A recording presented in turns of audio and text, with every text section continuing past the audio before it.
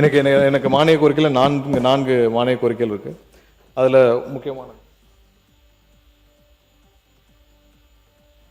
நீதித்துறை சம்பந்தப்பட்டமாக நான் முக்கியமான அறிவிப்புகளை மட்டும் படுத்திக்கிட்டேன். நேரமின்மை முக்கியமான அறிவிப்புகள், ஏன்னா நிறைய விஷயங்கள் நீதித்துறை சம்பந்தமாக பலர் வைத்த முக்கியமான கோரிக்கைகள் என்னன்னு பார்த்தீங்கன்னா, நீதிமன்றங்கள் வேண்டும், நீதிமன்றங்கள் வேணும்.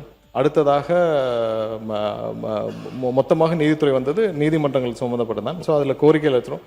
முதல்வர் தரப்பில் பல முறை நாங்கள் நீதித்துறை சார்பாக அனைத்து ரிவ்யூவும் பண்ணப்போ முதல்வர் எங்களிடம் சொன்னது, போக்சோ நீதிமன்றங்கள், மகிழா நீதிமன்றங்கள், NDPS நீதிமன்றங்கள் எங்கெல்லாம் தேவையோ உடனடியாக நிறைவேற்றுங்கள் என்று சொல்லி எங்களிடம் உத்தரவிட்டுள்ளார்.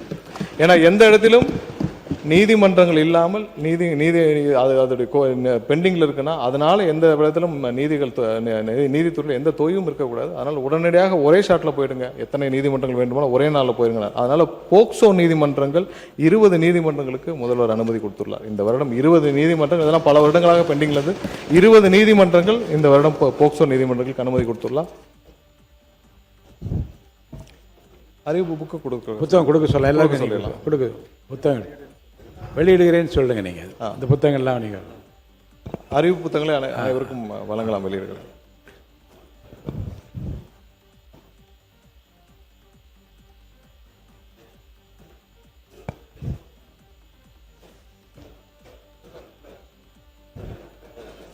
இருக்குது இதில்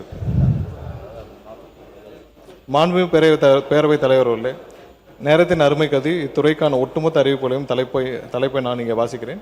இருப்பினும் ஒவ்வொரு அறிவிப்பையும் முழுமையாக வாசித்ததாக பதிவு செய்து கொள்ளும்படி பணிந்து கேட்டுக்கொள்கிறேன்.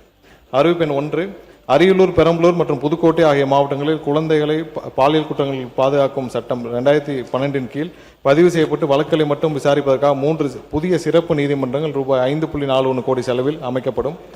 குழந்தைகளை பாலியல் குற்றங்களிலிருந்து பாதுகாக்கும் சட்டம் 2012 கீழ் பதிவு செய்யப்பட்டு படும் வழக்குகள் அதிகம் நிலுவையில் உள்ள 14 மாவட்டங்களில் 14 கூடுதல் சிறப்பு நீதிமன்றங்கள் ரூபாய் 25.30 கோடி செலவினத்தில் அமைக்கப்படும். அறிவிப்பு எண் 3, காஞ்சிபுரம், திருவள்ளூர், வேலூர் ஆகிய மாவட்டங்களில் போதை மருந்துகள் மற்றும் மனமயக்கம் பொருட்கள் சட்டம் 1985 கீழ் பதிவு செய்யப்படும் வழக்குகளை விசாரிப்பதற்காக 3 சிறப்பு நீதிமன்றங்கள் சென்னையில் ஒரு கூடுதல் சிறப்பு நீதிமன்றம் தேவையான பணியிடங்களுடன் ரூபாய் 6.73 கோடி செலவினத்தில் அமைக்கப்படும். அறிவிப்பு 4, ஈரோடு மாவட்டத்தில் ஆதிதிராவிடர் மற்றும் பழங்குடியினர் சட்டம் 1989 கீழ் பதிவு செய்யப்படும் வழக்குகளை மட்டும் விசாரிப்பதற்காக ஒரு சிறப்பு நீதிமன்றம் தேவையான பணியிடங்களுடன் ரூபாய் 1.93 கோடி செலவினத்தில் அமைக்கப்படும்.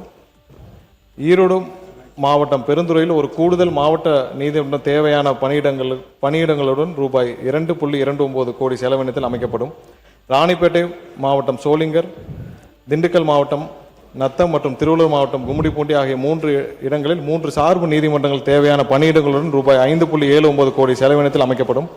விழுப்புரம் மாவட்டம் செஞ்சியில் மோட்டார் வாகன சட்டம் 1988 கீழ் பதிவு செய்யப்படும் வழக்குகளை மட்டும் விசாரிப்பதற்காக ஒரு மோட்டார் வாகன விபத்து இழப்பீடு கேட்புரிமை தீர்ப்பாயம் தேவையான பணியிடங்களுடன் ரூபாய் 1.3 கோடி செலவினத்தில் அமைக்கப்படும். திண்டுக்கல் மாவட்டம் நிலக்கோட்டையில் ஒருங்கிணைந்த நீதிமன்றம் கட்டிடம் கட்டப்படும். தருமபுரி மாவட்டம் பாப்பிரெட்டிப்பட்டியில் ஒருங்கிணைந்த நீதிமன்ற கட்டப்படும். 23 ஒருங்கிணைந்த நீதிமன்ற கட்டடங்களில் மின்தூக்கிகள், இது ஏற்கனவே பழுதாகின்ற மின்தூக்கிகள் வசதிகள் ஏற்படுத்தப்படும்.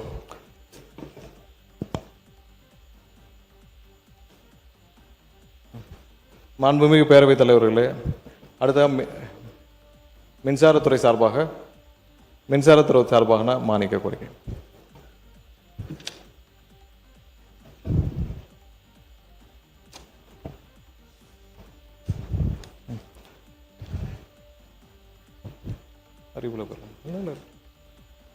மாண்புமிகு பேரவைத் தலைவர்களே, மின்சாரத்துறை பயணித்து வந்த காலங்கள் எல்லாத்தையும் நம்ம ஏற்கனவே பார்த்துருக்கோம். ஸோ இந்த துறைக்கு முக்கியமான தேவையாக நாம் முதலில் கருதியது இதற்கு தேவையான பணியாளர்கள். அதை நம்ம பல முறை முதலோட அமர்ந்து பல ஆய்வுகள் செய்து தேவையான பணியாளர்கள் தேவையான பணியாளர்கள் நிரப்பும் பணியக்கான நம்ம பல கட்ட ஆய்வுகளுக்கு பின்னால் அதை சீரமைக்க கேட்டுக்கொண்டோம். அது இல்லாமல் இன்ஃப்ராஸ்ட்ரக்சர் விஷயங்கள்ல, அதாவது சப்ஸ்டேஷன்ஸு, அது இல்லாமல் நம்மளுடைய டோட்டல் டிரான்ஸ்மிஷன் கெப்பாசிட்டி அதையும் அதிகரிக்கிறதுக்கான பல திட்டங்களை நம்ம ஆராய்ந்து தேவையான ஆய்வுகளை செய்து அதற்கும் முறையான அறிவிப்புகளை நம்ம வந்து பலவற்றை முதலிடம் கேட்டிருக்கிறோம், பலவற்றை இங்கே அறிவிப்புகளை கொண்டு வருகிறோம். 2 மாதங்கள் 500 யூனிட்டுக்கு வரை பயன்படுத்தும் வீட்டு மின் நுகர்வோருக்கு 20 யூனிட் வரை கட்டமில்லா மின்சாரம். ரெனியூபிள் எனர்ஜி திட்டம் ஊக்குவிப்புகள் 2031க்குள் 20,000 இவி சார்ஜிங் ஸ்டேஷன்ஸு. அடுக்குமாடி குடியிருப்புகள் வாகனம் சார்ஜிங் வசதிக்காக 50,000 ரூபாய் வரை மானியம். 24 மணி நேரம் சீரான மின்சாரம். ரூஃப்டாப் சோலார் திட்டத்தில் மாநில அரசின் மானியம். மின் பகிர்மான துறை சீர்திருத்தங்கள் மற்றும் 2031க்குள் மொத்த மின் உற்பத்தியில் 50% புதுப்பிக்கத்தக்க எரிசக்தி.